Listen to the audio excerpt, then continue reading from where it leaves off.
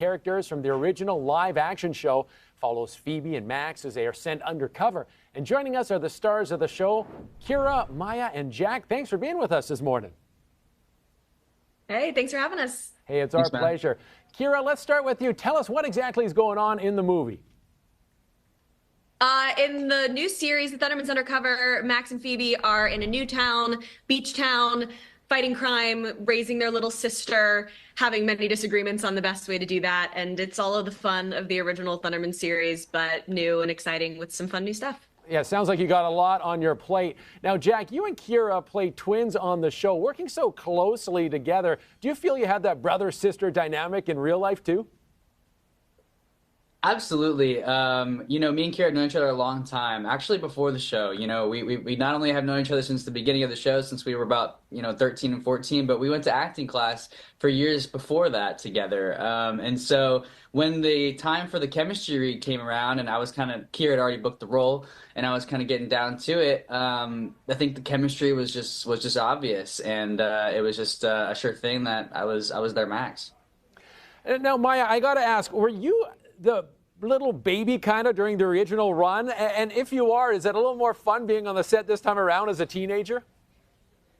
Yeah, I was, and it's a lot more fun because I can build up Chloe's character, and I'm still learning about being a superhero, so I'm just learning new things from my brother and sister, but also trying to live a normal life. So it's very fun. Yeah. We got very lucky that the 3-year-old that we cast to play a cute baby all those years ago happens to be an incredibly talented actor and lovely person, because we didn't know she was a baby, and she just happens to be awesome and totally able to carry a show now as a teenager. So it's really fun for us to watch as her, TV big siblings. Yeah, that's awesome. You could all be reunited. Now, Jack, obviously you haven't played the character in a number of years. Was it hard getting back into that role, or did it just kind of come naturally to you?